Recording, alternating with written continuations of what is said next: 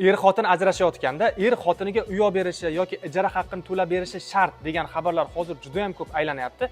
Haqiqatan ham bu narsa bor narsa, faqatgina internetda sal boshqacharoq talqin qilinyapti bu narsa. Hozir sodda va aniq qilib tushuntirib beraman, videoni diqqat bilan oxirigacha eshiting.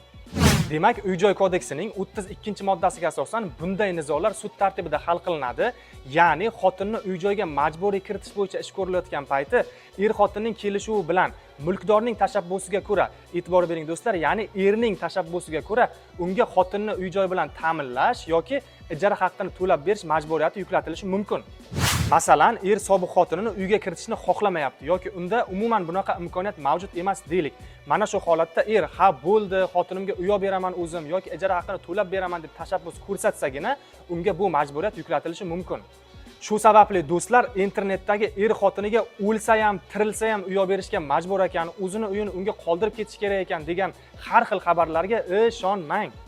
Menimcha bu video juda ham manfaatli, foydali va kerakli bo'ldi. Shu sababli videoga like bosib, hoziroq kanalga obuna bo'ling. Qanaqadir qo'shimcha savollar bo'lsa, bemalol direct yoki Telegramda yozib qoldirishingiz mumkin. Albatta javob beramiz.